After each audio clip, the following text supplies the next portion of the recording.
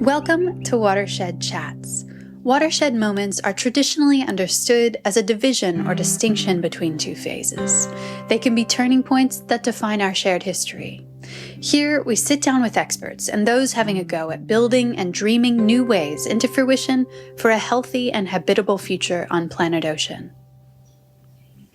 Zenith Virago is founder of the Natural Death Care Center, where she helps to guide people through the process of dying, death, and bereavement. As water people, most of us dance the line with risk regularly, and we know how alive we feel in spaces that we can't control, like the ocean. It's that sense of vulnerability and being part of a wild space that can offer us such a healthy respect for death and a living appreciation for life. As a deathwalker, Zenith challenges us all to consider death as an inherent part of life. Her work raises important questions about the social and environmental impacts of our approaches to death and dying. And in these uncertain times, more than ever, Zenith empowers us all to consider what it means to die well. Our podcast comes to you from the coastal land and waters of both the Bundjalung and Gubbi Gubbi nations. We'd like to acknowledge these traditional custodians and pay respects to elders past, present, and emerging. We'd also like to extend that respect to all First Nations people this podcast ripples out toward. So what I find myself working for after 25 years of working with people is to assist people to die well and for healthier bereavement. And, death is really an inside job. It's really about, it doesn't matter whether you've got, beautiful surroundings, candles, music, a comfortable bed. You can have all that, but if you're terrified on the inside and afraid or unsettled or fearful or unfinished, then none of that will matter what's happening on the outside. So it's really about living, knowing that you will die either at a later date or even tomorrow. So for most of my life, since I was 16, a friend of mine died, a dear school friend. And from that point on, I've really lived my life that I could die tomorrow. But once I turned 56, now I'm 63, I started to think, really, I need to reframe that. I could die today. And so I just really try and make sure that I'm living how I want to live. I'm speaking how I want to speak. I want to behave well. And I want to be ready to die. I don't want to die. Obviously, I've got a great life.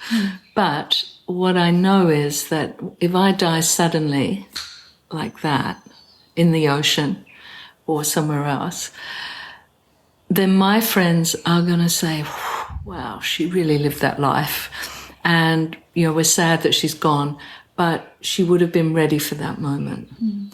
And that will bring a great comfort to them. So they'll be sad that I'm missing, but they won't be heartbroken. And especially if I die in the ocean, because it's something I love, and my life would be much less if I did not have the ocean every day. And I think extreme sports people have a lot to teach people around death, because when they die in the pursuit of their sport or their joy, their families are on TV and they're not saying, they're weeping and they're sad and they're in that loss, but they're also saying they died doing something that they love. But it also means they would have had really open and honest conversation together about the possibility and the risk of that activity. And they would have really faced that together and discussed how they would feel about it. Of course, you can't know until it's happening to you. But that seems to bring a great comfort to those people. And most surviving partners and friends find some comfort in the fact that they've died doing something that they love. And that contributes towards a healthier bereavement. So you have to be in the loss. You have to feel all the emotions that go with it. But most of those emotions are love transformed. So I think that's a really helpful way to look at things, because, you can't do bereavement. You can't do grief. It has to do you. You have to be in it till it's done with you. It's a bit like when you get dumped by a wave, and it's a big wave, and you just have to be in that white water, be in that tumult until you come up for air and find yourself in calmer waters and hopefully get to the shore, not too much damage. And I think that's what, losing someone that you love can be like that. But it's also for the person who's dying, has to really look at their own life. And most people who've lived a really full life, when they find out they're dying, they're ready for that. Mm. But a lot of people are afraid to die because they've been afraid to live. And that's a very sad state of affairs. That's big. Yeah. Zenith, what do you feel are the ramifications of being afraid to live? I think it's different for each person, because life offers us all different things. So some people will have what some people might consider a small life. They might just be in a family situation or a single situation. They might never leave the town they grew up in. But on the inside, they may have a really rich, diverse life. So it's not really about what you do. It's about who you become, I think, and what you contribute. So often at funerals, I find myself saying something like, we're all here for a short moment in the big scheme of things. We're born, we live our life, we love, we are loved. Hopefully we're of benefit to others and we contribute something to the world, and then we die. And then we become a memory or a legacy or something else. So it's not really about what you achieve so much. I think it's the quality of who you become and how loved you are. But some people live in a constant contraction where they're afraid to take a step or to speak out. And sometimes that's because they've been damaged as a young person, and we're all fully aware of how frequent that damage can be. But we're also living in a patriarchy. And so, people of colour and women and anybody who's different from that dominant paradigm experiences life in that conditioning. And so a lot of people never get to become the fullness of who they are. And our world is suffering from that patriarchal dominant approach. And, the climate crisis is, it's a crime against humanity and the planet, that people in positions of power have been so terrified and so controlling and so greedy and so many things, to not take note, not to be prepared to look for 7 generations, to look out for their own children even, never mind those that are yet to come. So I'm fascinated to see whether what's happening to the world at the moment, as we are in the COVID experience, if that is going to make some really big fundamental change for people, and hopefully for young people, that they will motivate themselves into something. And the only way it's going to change is either by revolution or by voting. But you have to have someone to vote for. So people are going to have to stand up and live fully for what they believe in and for what they want to save and what they want to protect into the future. Mm. You talk a lot about dying well. And so for me, that implies the possibility that we've not been doing death so well. What does the dominant approach of our culture to death say about who we are? When people look at death, often it's very influenced by our lives, by our cultural conditioning, but also by religion. Probably religion has the strongest influence on that. And so a lot of people who are much more less identified with a religious set of beliefs and are much more in tune with nature, I would say are much more able to die well. I mean, these are sweeping generalizations, but anyway, I'm going to make them. But of course, if you have a rule book and you have a set of beliefs that go with that book and teachers who are teaching that, then you're conditioned into that. And some religions seem like an insurance policy for death, where if you're a good person, according to that set of rules, you'll go to this destination at the end. But no one knows what happens when we die. You know, we live and we die and we love in the great mystery. And we can't even work out what it is that is the living part of us. So we know we're not our body. We know we're not our mind. We know we're not our emotions. We're some sort of life force, we're some sort of spark, we're some sort of consciousness or essence. But no one can define that. But it's that undefinable part that people believe lives on, and energy doesn't die, it transforms into something else.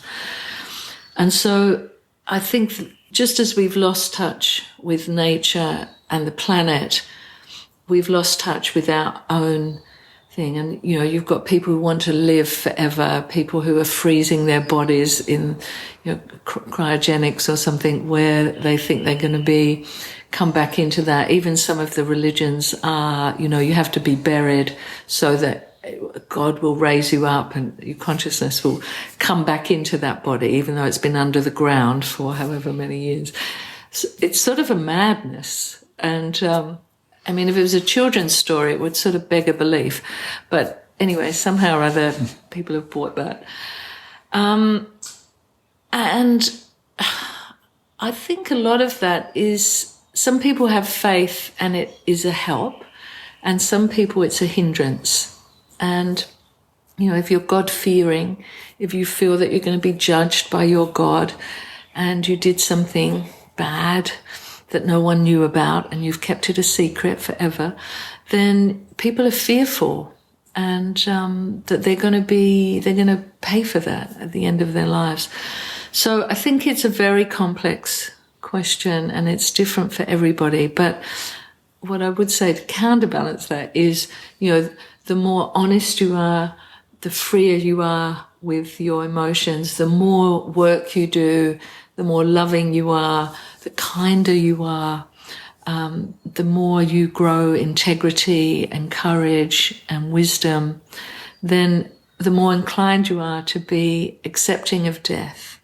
And then you'll be able to have those conversations with the people that you love as you're going. And, you know, we all have a concept that we're going to grow old and then we're going to die. And I think grandparents, part of their role is to teach their grandchildren what it means to die, in order and as preparation for when their parents die. Mm. So that's a nice orderly approach to it. We can all, you know, we're all okay with that. But of course what we've got now is, you know, rampant disease from poison and pollution. And we've got, you know, accidents, we've got murder, we've got a large amount of people killing themselves. Texting and driving is an insane killer in Australia. A range of different things. And so people are dying much younger and not in what we consider to be the natural order of things.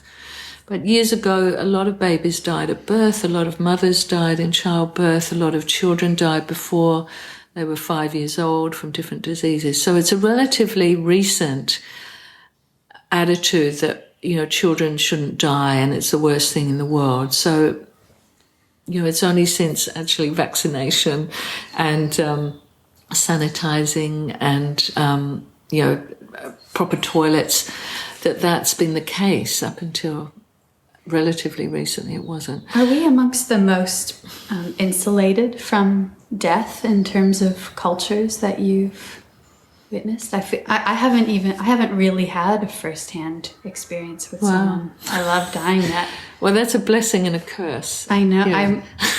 My mom's sort of dancing the line, and she has been for a few years.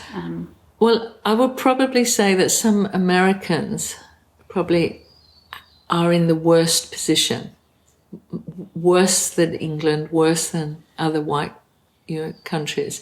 A lot of countries where people are much more hands-on, much less medicated, much less hospitalized, are really, you know, they're caring for their own dying, and people die at a higher rate. And so they're gaining a familiarity with that loss, you know. and their expectations of a long life are different. But in America, for example, the culture of embalming everybody means that when you see someone who's died, you're not actually seeing a dead body, you're seeing an embalmed body. So you're not really experiencing death in its natural form. Even death is interfered with, and people are preserved, just like they're full of food that's got full of preservatives. So embalming, it actually does a disservice to the people left behind, because when they look at that person, they look well, and they're full of colour. Whereas here, embalming is not a very popular thing. People only do it if they're going to be buried above ground, or they have to travel interstate sometimes.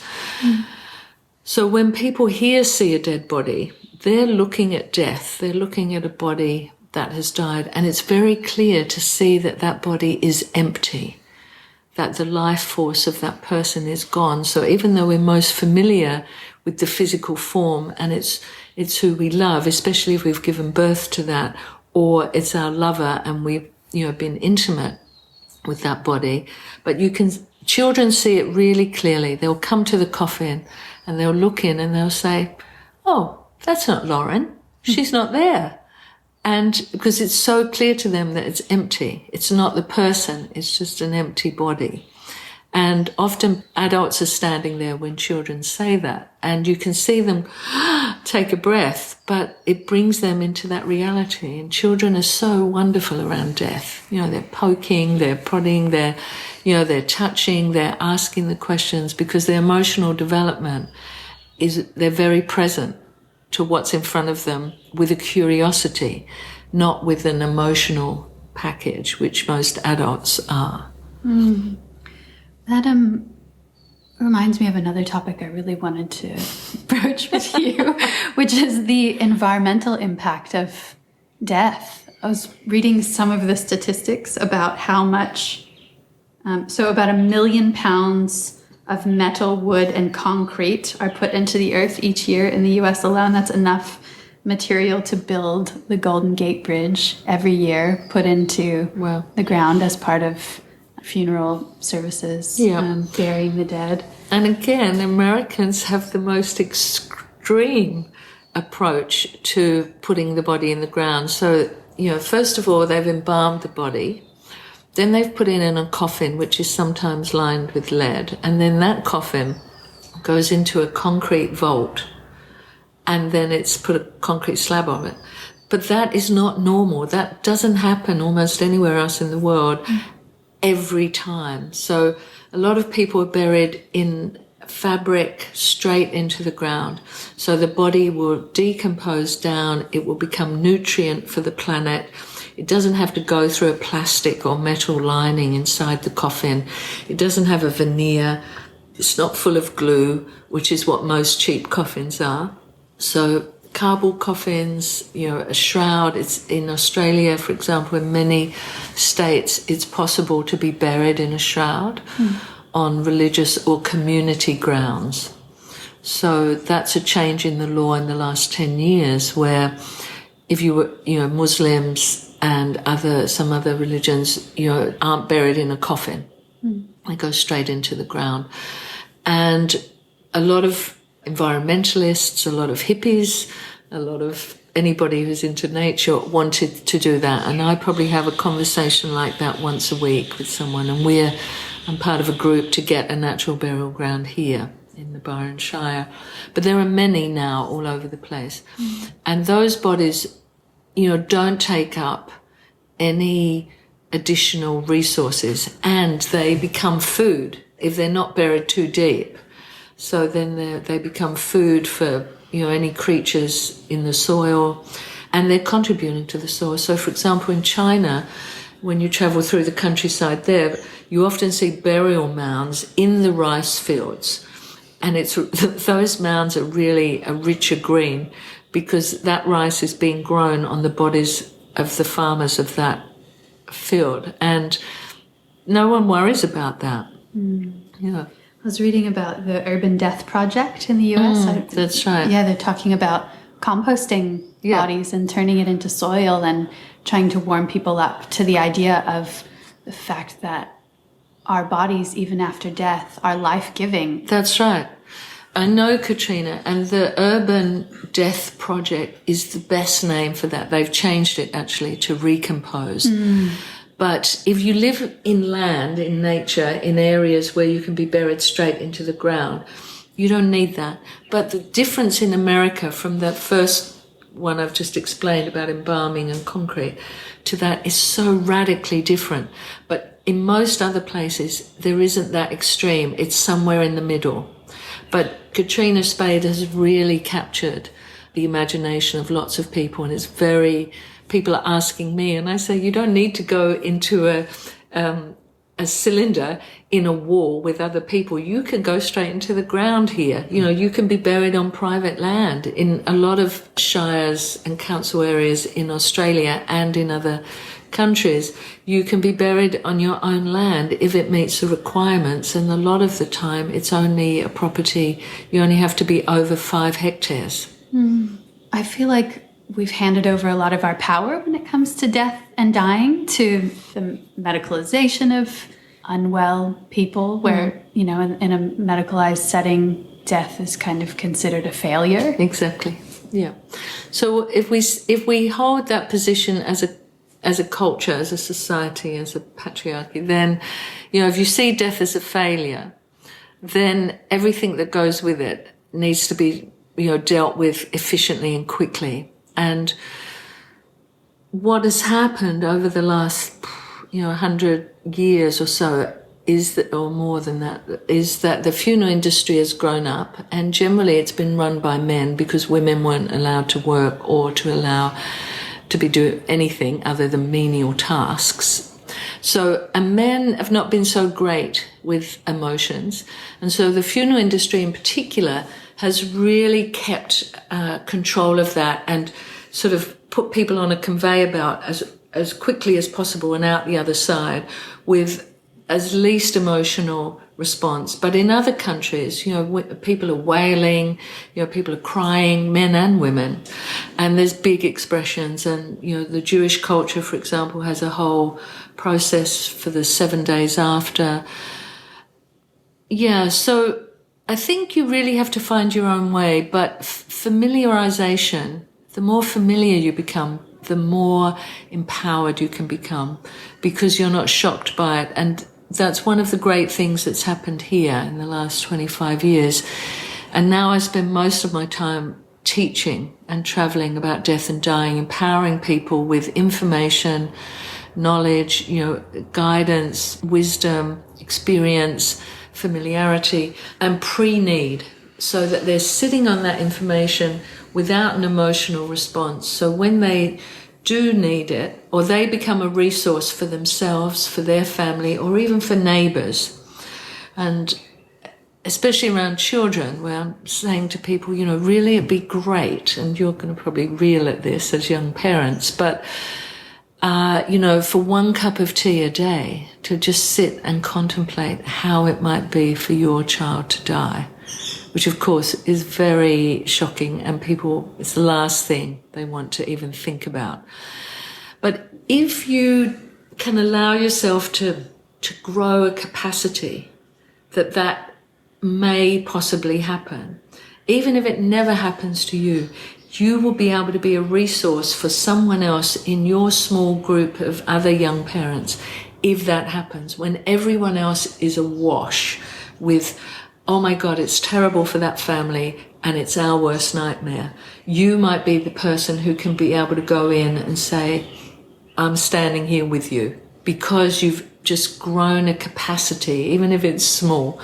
But everybody else will be coming in and crying all over that person, and you might be the person to offer them a hand to help them stand up in that experience. And that's what I'm doing for lots of people when they're in an unfamiliar or challenging, difficult situation. I'm just willing to walk with them, to assist them in any way I can, but they have to do it themselves. It's their journey, it's their loss, it's their whole family that are affected by that. but I'm doing for people what I would want someone to do for me if I was a person in those situations.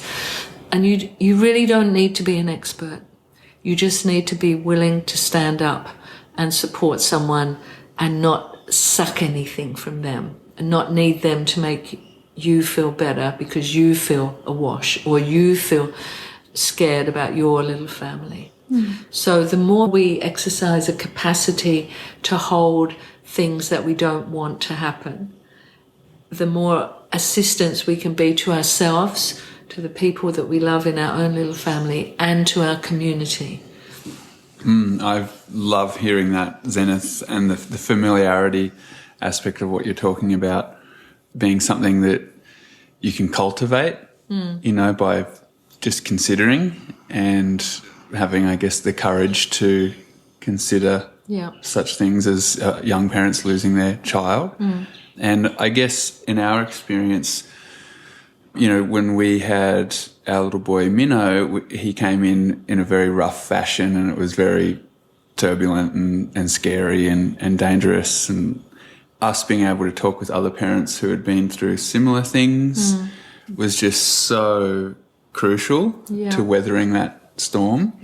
And then learning, of other friends who have lost a child and seeing how valuable they are in community clusters, and how being able to just hug another person who's been through or going through that is so and what deep. they know is you can't make it better for anybody else, but you can be there alongside people. You can offer a hand, you can have someone's back, you can, if they stumble, you're there with them, but you're just the willingness to show up and be there. And growing courage is one of the most precious and meaningful things we can do with our life, whatever that looks like for each person. Sometimes it's just a little bit, sometimes it's big waves, but you have to grow that capacity to walk into situations that are challenging, or you find yourself in those situations. But I know when my children are all alive, my grandchildren, so I know if I meet people whose children have died, I connect them to someone else who's had that experience. And those people don't even talk to each other. They just take one look at each other, and you can feel this whole conversation happening just in their body language, in their heart opening to those people. And, that's all people need. They just need to be met in that experience without needing anything taken from them. And, people are so incredibly courageous and capable. Families, things that the day before you think you wouldn't survive, you can find yourself, you're living in that. And it's a bit like birthing. It's almost easier to be the mother birthing than the partner accompanying, because you're just in it. Whereas when you're the accompanier, whatever, you're watching that person that you love suffer. And that can be challenging, but you just have to be in it as best you can. Zen, I rewatched your film last night, Zen and the Art of Dying, and one of the most poignant moments for me was when there was a conversation happening around what someone should do if they find someone they love who has passed away in their house. They come upon someone suddenly. And your advice is not to pick up the phone, but to put on the kettle? Yeah. Well, really, the first thing is to sit down. So if you watch someone die in front of you, like they have a heart attack, then of course you would either do CPR or you would ring an ambulance, unless they didn't want you to do that and you'd already had a discussion because they don't want to be resuscitated or they don't want to be taken to hospital. But they're more when someone's dying and on a trajectory.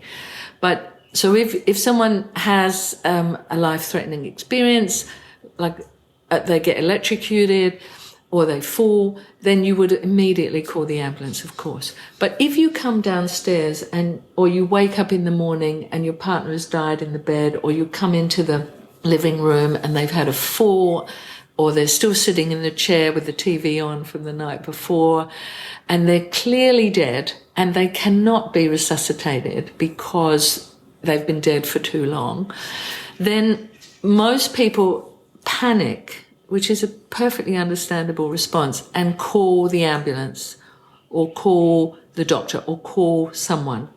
But once you make that call, especially to the ambulance, you cannot stop that train of action. And they can't come and say, oh yeah, well, you just take your time and, we'll go away and come back in an hour or two. So if you can start to, again, grow the capacity just a little bit each day and think, now what would I do if I woke up and I found Dave dead? I would feel him, I would shake him, I would see that, he would, and you would know by his temperature whether he's newly dead or long dead. And then the thing to do is just to stop, not to rush and phone anybody, because you have a window of opportunity to be with their body and to allow your emotional response, to allow your nervous system to adjust to that shock and that situation. And the best thing to do is either to, drop to your knees or find a chair or lay down or something to allow something to support your physical body. So we all know if we want to have a really good cry, we don't have it standing up. We throw ourselves on the bed like children do. They want to have a tantrum, they throw themselves on the floor and they're giving it all they've got. They're not busy putting any energy into supporting their physical body in an upright position. They're 100% fully in the tantrum or the crying, whatever it is. So if you can let your body rest in the chair, then you can allow sometimes that shock to just pass through from your mind and your nervous system through your body, and then you can go, oh my God. And you have this time to spend with that person, and you will never get that time back. And it's precious. And so it's a really great thing to be able to just have presence of mind, presence of heart, presence of love, to be with that person and take that time. You can ring in an hour. You can ring in 20 minutes. You can ring in 2 hours. You're not going to get into trouble. You just say, I just was in shock and I sat with them. And if it's a crime scene, then you will probably take a little bit of time. You wouldn't touch anything, but you would still take that time for yourself, because everything is still going to happen. But what you're doing is great self-care, especially if you've got other people you're going to have to support, like children. Then it means you can let that trauma pass through your body and out and then proceed. But I see a lot of people who are still traumatized by finding that person or how they received the news of that death. They're still in the shock and the trauma of that. And some people even are still in the trauma of the diagnosis. So you see people have this sort of glazed over look, and they're physically there, but emotionally and energetically, they're not there, like anybody who's in a trauma response, where the brain and the nervous system is stopping in order for you to be able to cope with the situation that you find, because it's too much too soon, and it's often something that you don't want to be happening. So your body, your mind, your emotional system, your nervous system has to adjust to what is happening. And anybody who's experienced something like that, you can feel it moving all the way through your body and out if you're present enough to take that time. Zenith, I've spoken about this a couple of times on our podcast, about when my dad took his life 10 years ago, I think it was, and how we're half Kiwi, half Australian. So he was in New Zealand, and we got the call, and my sisters and I quickly went over there, but experienced a very different cultural approach to death in a very short period of time, where he was in a funeral home, had been wrapped up in makeup put on his face, and there was, plastic flowers in the corner and a beige room with, really terrible synth music playing over these tinny speakers, and we got a short little hour or something to say goodbye. Yeah. And then when our extended Maori family were there, they sort of interjected and were like, "This is not how we do it. That's right. Would you be willing to bring him home and follow the practices that we do?"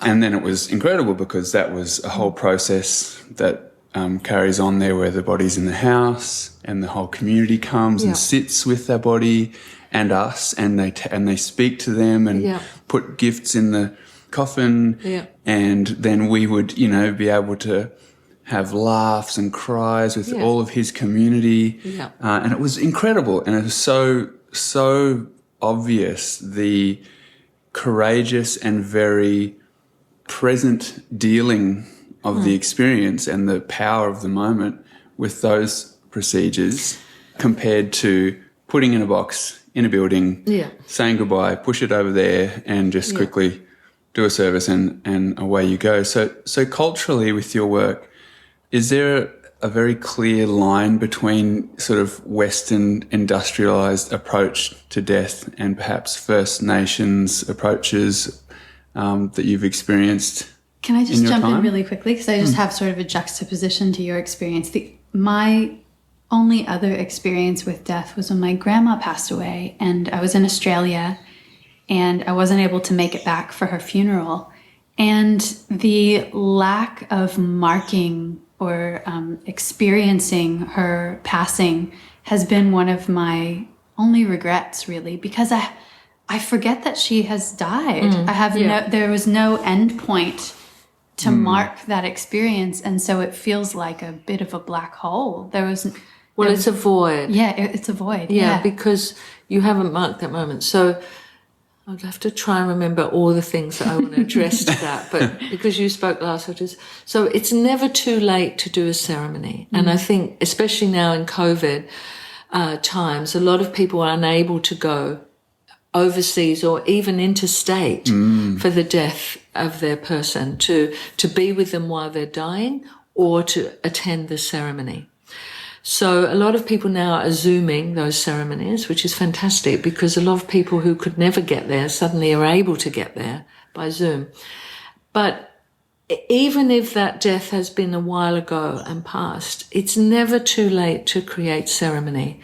And I've been saying this a lot lately, where I think, a really good ceremony is worth 12 months of therapy. Because you're dealing with the divine, you're dealing with the mystery, you're dealing with magic, with subtlety, and you're dealing with your own internal world in a ceremony of transforming emotions from one thing to another. And really the ceremony, and what you're talking about, Dave, is that process with the body, is really about the beginning of healing. It's about transforming emotions. So shock, sadness, sorrow, regret that you can't get there, a whole range of things. You can feel them all and speak to them and let them go. And sometimes in situations that you're describing here, where people need to say, I'm glad you're dead. I fucking hated you. You made my life a misery, and now I'm free. And people need to be able to say that. And because not all families are hunky-dory, And so when I walk into a place, because that people have invited me because their dad's just died or something, I don't say, "Oh, I'm so sorry." I say, "How is that for you?" And sometimes then, from a neutral place, people will say, "Oh, we're really glad he's dead. He was suffering. The last few years have just been terrible. It's been so hard to watch him suffer, physically or emotionally." So you have to walk into that situation and see what you're dealing with. But the wonderful thing about ceremony is it just offers you an opportunity to go, even if it's the simplest thing, like having a photo and a candle and being somewhere in the room or outside in nature, writing a letter to that person, speaking out, into the ether, planting something. But what you need to do is think, what do I need to address? Or what purposes do I need that little ceremony to serve? And so you, for example, would think, now I want to tell her how much I loved her. I want to tell her how important she was to me as a woman, whatever else you felt. And you want to express how terrible it was that you couldn't get there and how sad you are about that. And then you want to think, but where do I think happens when someone dies? Do I believe they become part of everything? Can I find her in nature? Can I find her in butterflies or, little birds or the fish, whatever? So you really need to know what it is that void is made up from. What it is that you haven't completed or what it is that you haven't undertaken even. And it can be very simple, but it's really worth doing. And so once a year, as you know, I do the Day of the Dead ceremony. And so people come because they've got a recent death or a really old death. So sometimes people, it's 30 years and they had a stillborn baby and they've never told anybody about it or something like that. And people come to honor that connection, that life, that loss. And we have a need to mark things, which is why even when people are killed on the road, you get those incredible roadside memorials which serve as a reminder for people to drive safely, because it can happen like that.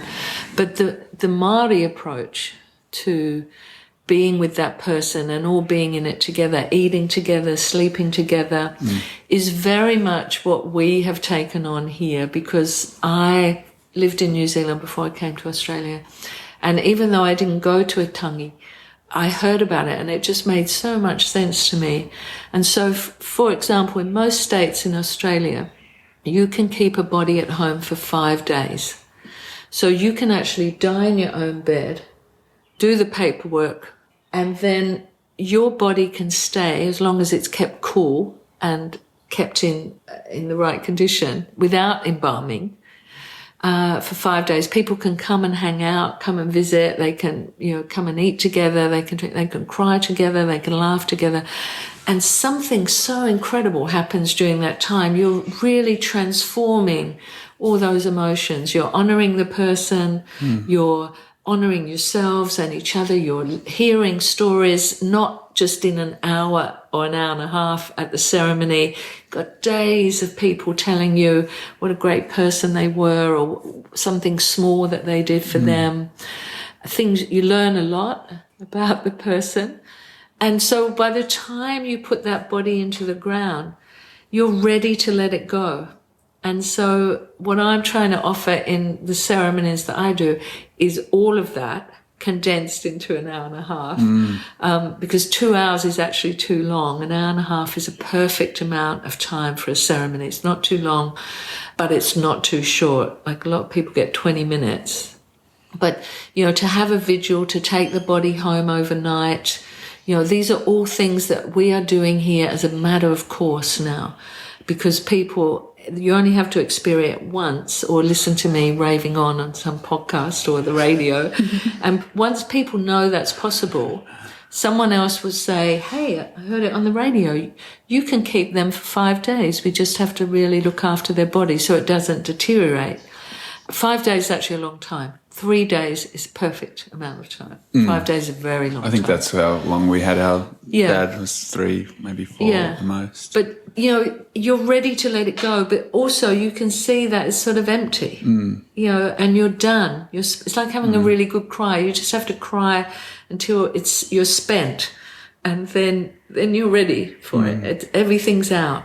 So, Zen, I really feel like from this conversation, I just keep hearing in my head the line of us being able to live better by considering death more. Yeah. That sort of defining nature of life is death. Yeah. It can be that line. It's what makes it so precious, and exactly. especially the people that we love. And that's something that I think, it varies in the surfing experience, because you can go out and surf tiny waves and be relatively safe, or you can go out in very large waves and be in a lot of danger. But there are those opportunities, like you were touching on before, with extreme athleticism or extreme pursuits that bring us to that edge Yeah. and help define life Yeah. by being at that vibrant edge. Yeah. Which I think probably a lot of people who will be listening to this are people who surf or dive Yeah. or know that feeling Yeah. and know what it brings to life. Yeah. But it's also a drug. I was about to ask, because that can take on extreme tendencies. That's right. Because you want that hit over and over again, and you have to go further. Exactly. And harder. So what's a healthy, in your experience in this area, are there any examples of a healthy dancing of that line that you can share with us that people might take away?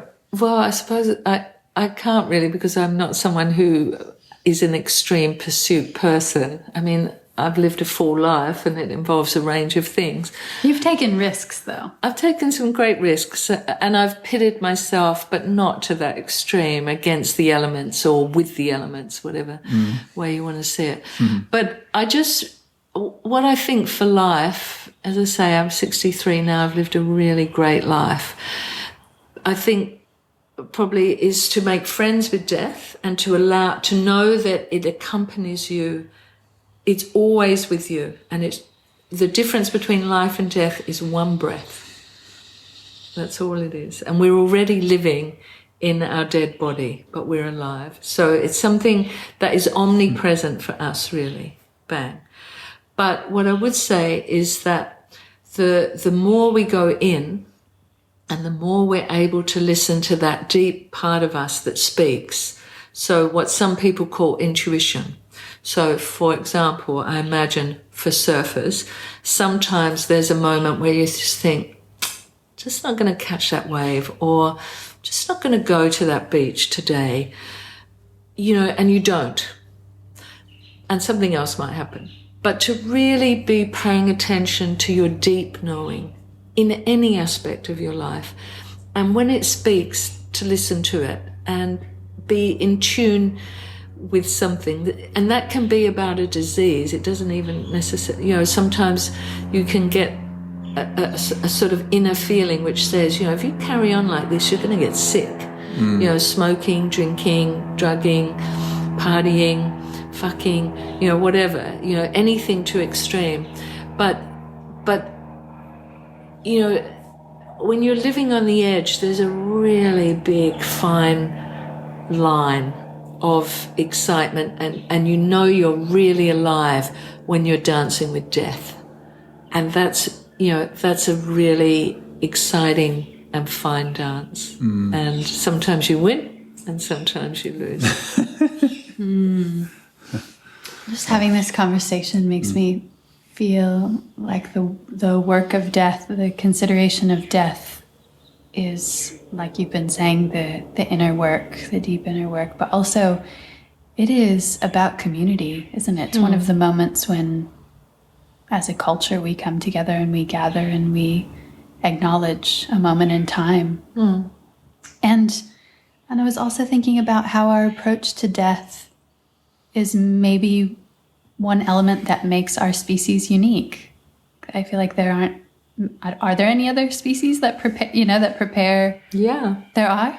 Yeah, you've got lots of animals. I mean, not that I've researched this, but just off the top of my head, you've got that whole elephant thing. Elephants apparently go back to somewhere where they die. Yeah. And I think a lot of animals have that awareness that they're going to die. And I think in indigenous cultures, a lot of people lay down to die, and a lot of people walk away to die alone. And a lot of people will stop eating and drinking when they know that they're going to die, whether they're fit and healthy or whether they're diseased and know they're dying. Because the body doesn't need food when it's dying. It doesn't need to be nourished. It needs to start to close down. And what I see watching people die well is that they pull in, so they're not concerned about the issues of the world. They're not concerned about community issues. They're not concerned about their peripheral friends. Then they're not concerned about their family. Children normally last, unless you don't have children, and then it's usually someone. Sometimes it might be your animal that has been your constant and loving companion for many years. But then people pull in, and what they're doing is they're less and less attached to anything worldly. or anything material, and they're pulling in order to go out. And so if you're with someone who's dying, often people will say it's like they're coming and going. They're sort of there or they're not there. And it's sort of like the energy that makes us who we are is expanding out into the cosmos. And the Buddhists have a practice which is called the power practice, where the energy leaves through the top, the crown chakra. And when you're practicing for your whole life, you pull it back in. It goes out and you pull it back in. But when you're sitting with someone who's dying, or you're dying yourself, you just visualize that energy, keep it going like a fountain, going out the top of your head. And so when you see that, or when you sit with someone who's dying well, and whatever that might be for them, it's not that there is no standard. Some people, it's just a little thing. But when they go, there's almost a joy in the room. There's almost a relief. And, it's magical. But our emotions often take us somewhere else. But often I can ask a room full of people when I'm speaking in public who had an experience with someone that they love, that when they died they felt joy and they felt, like a big, immense freedom. And often people will do that, and as they put up their hand, they will have this embodied feeling that goes back to that moment, and they are radiating joy in that moment. And it's sort of intoxicating. And they all have it, all the same, and they'll look at each other and they're sitting there like that, smiling to each other.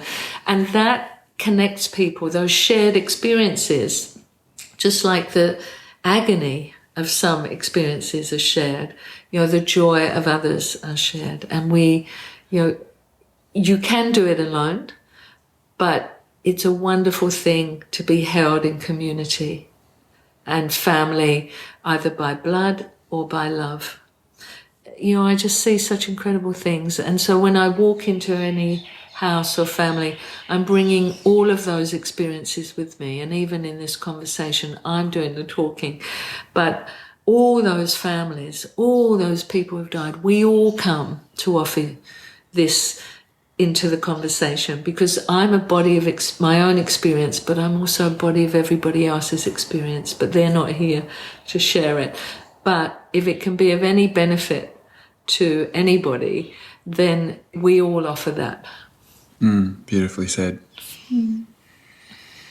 Just bouncing off that moment there where Lauren was talking about other species and the death experience. Just a few weeks ago, at a break down the road from us here, a man who swims a lot at this one surf spot was out swimming, and a dolphin came up, a lone dolphin with lots of scars and signs of age, swam up to him and allowed him to touch its belly, and then it swam away, and then it came back and slid straight into his arms and took its last breath with him. Wow. And it was this experience which, dolphins are conscious breathers. Every breath is conscious. They can't be put under anesthetic. Right. Every breath is conscious. They know that last breath is their last breath, because they have to swim up for it. Yeah. And it chose to not be alone in that moment, to come to him and be held. Yeah, for both of them. Yeah. And every person who's heard that story, and even now I've told every single person I know about it, because it's so beautiful. It gives me goosebumps, and everyone else responds in a way where it's almost like, there is a beauty, an intense beauty in discussing death and talking about it with each other. And it's an amazing one for surfers, especially with that dolphin and human surfer relationship. Because there's a lot of shared things there between species, which is a very rare thing in the world.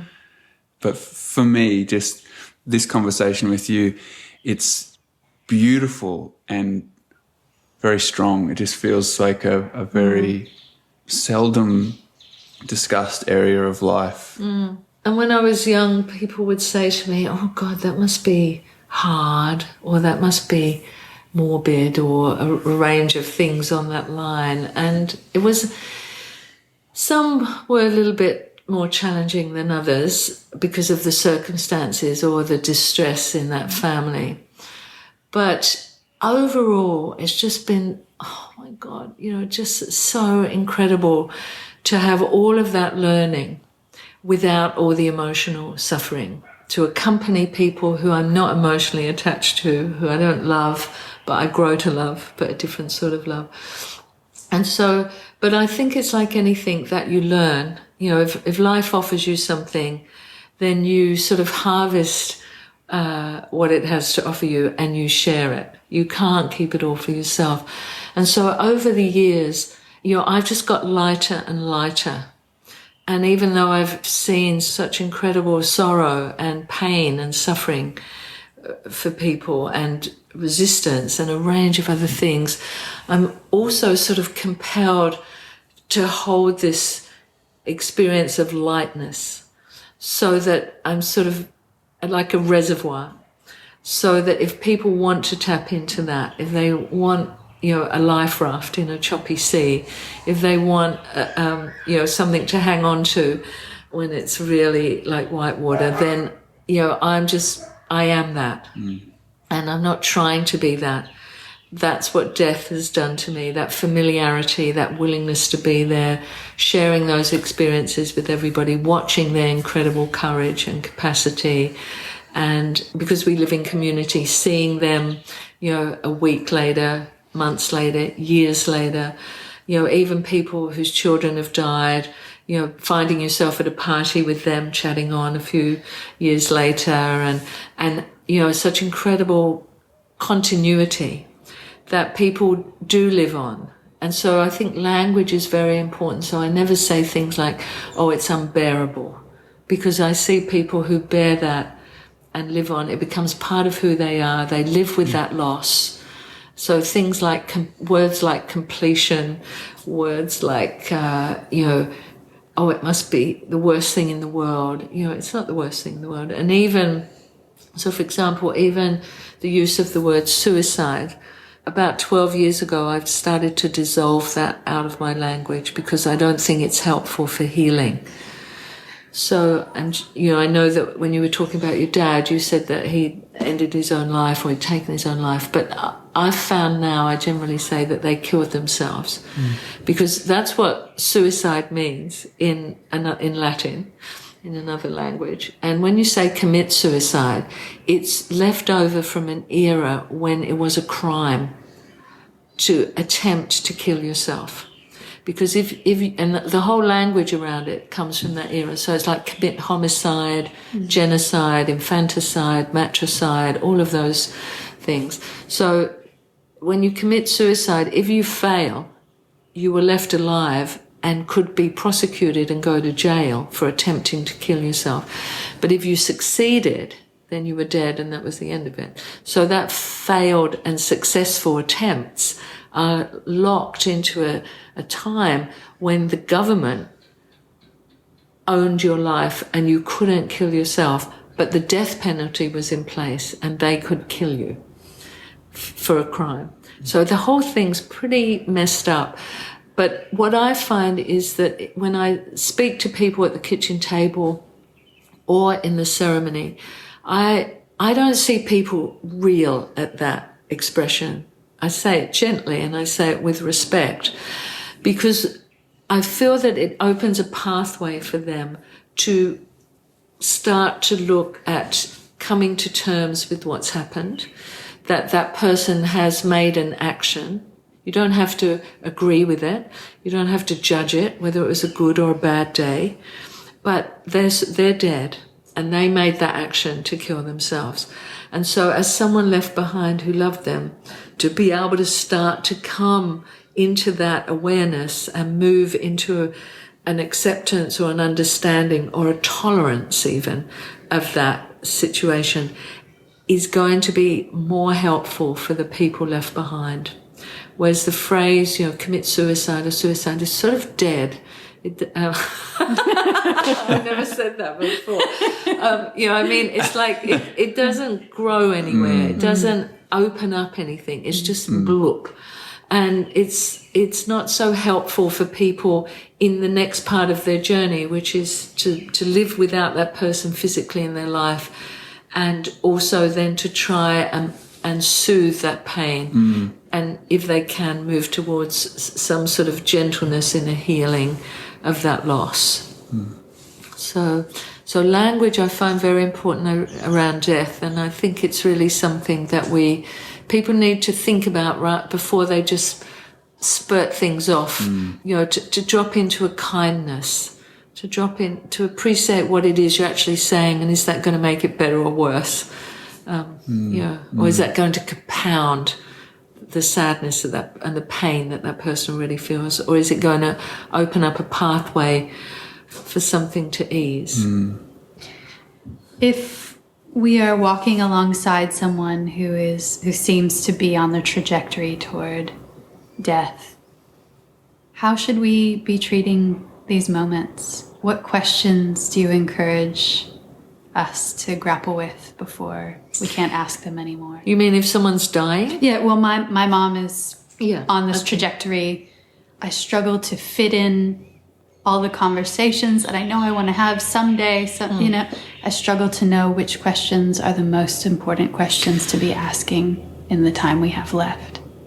Yeah, so simply the questions that are right for you are the most important questions, whatever they might be, in your relationship with whoever that person might be. But if I'm invited into a situation, I walk in and I'm with someone that I don't know who's going to die, and there's going to be people living on, then if they've only got energy for one question and one answer, then I find the most useful question and the most sustaining question and answer for after they've died is to ask them what they think will happen when they die. And they will give you an answer. It might be, nothing. Or it might be something that you imagine. Or it might be something that you couldn't possibly have imagined. But recently I just had it where a guy, his mum, she was elderly and frail, and she didn't want to deteriorate anymore. And so she decided that she would stop eating and drinking, and she would just close down and die at home with his family. And they were all in there. And I knew his mum, and she was a very ordinary, lovely person. And I went to see her, just said, I'm coming to see you before you die, coming to say goodbye and just, see how you are. And behind me was sitting my friend and his wife. And I said, I've just got, can I ask you a question? And she said, yeah. And she was sort of present. She was, weakening, just in a soft, gentle way. And I said, what do you think will happen when you die? And with that, she, joy is spontaneously arising. You can't make joy. It spontaneously arises, like when you see an old friend that you're not expecting to see, and you get that feel. You can't make that happen. You can't fake that. And so she had this arising of just this beautiful joy, and she said, my mum and dad will be there. And I heard them both start to sniffle and cry. And it was just the most incredible moment. And then the son said, and anybody else? And she said, yeah, my brother. And then he said, and what about Dad? And she said, oh, yeah, and Dad. And you could see that she was in this sort of small rapture of the imagining and the visualization in her own mind and heart of her parents, who had obviously died a long time ago. She was, in her late 70s. Her brother, I don't know when he died, her husband, the father of the son. And it was just so beautiful. And I, we talked a little bit more. I said goodbye. I said, I probably won't see you anymore. I'm wishing you well. I hope it's an easy journey that's gentle and loving. And the guy spent each night with her, and they said goodnight every night as if she might die during the night. He said, he held her. And he said when she eventually died, so it took her 10 days to die, And it wasn't painful. It was just really gentle, and her body just started to close down, and she slept a lot, but she was fully present when she was awake. And in that moment, he said when she died in his arms, he just, he was full of love for her and sad and all the emotions that came. But he said somewhere in that, he had this image of her energy and her face when she thought about, and he had to go there. He couldn't stay in his own thing. He had to go with what she thought would happen. And he said it just brought him such incredible peace and comfort. And, I just think that's such an incredible story. And, she was just a really ordinary in that way that, she wasn't surfing big waves. She wasn't, living on that edge. But, I just see that as one of the most beautiful and courageous people I've met, because you're really walking that journey of dying as well as you can, and taking care of, the people that you love. And the grandchildren were in it. They'd made a picture of water, a glass of water with a big red cross and a piece of cake, the big red cross, don't eat, don't drink. And so and that was the family's way of bringing the children into that awareness and not keeping anything hidden from them. And, that's what a family does. It does life together, and if you're lucky, you get to do death together. And so those children, that will be an ongoing conversation in that family. And those children, when their parents come to die, however old that might be, that learning from that incredible, courageous experience will sustain them in whatever comes. And imagine if all children got to have experiences like that, and it's settled in them as a felt and known experience, that it wasn't what you see on TV. It wasn't what you read about in the papers. It can be a range of different things. What do you think happens when we die, Zen? I don't care. But I haven't spent 25 years working on that coalface and living on that edge. So my thing is about being present right in every moment, so that when I die, I don't miss it. So if there is a pop, I'm more interested in that experience of leaving the body, because I think that is a practice. And so, because I imagine it will be something like orgasming. So I think sex is a great preparation for death, because when you experience that either alone or with someone else, you're completely expanding into a bigger energy, into a bigger field. And you're becoming one with everything, like you're becoming one with the mattress. You can't tell where your body ends and the mattress finishes. You can't tell where your skin ends and the other person is. You're dissolving into each other. And I imagine that it's something like that. And that's working really well for me. So anybody can have any concept they want. But that's where I'm going, because that's what my life teaches me. It teaches me that from being sexually active. It teaches me that from being with, a large amount of people who are dying. And it's looking good. So I'm not concerned about what happened. I'm all about the moment.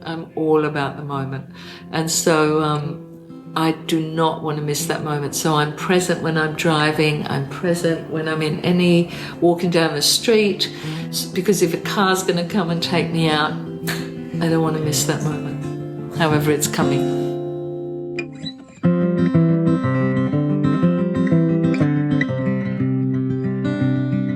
Special thanks to our sound engineer and musician, Shannon Soul Carroll, and artist in residence, Chris Miyashiro.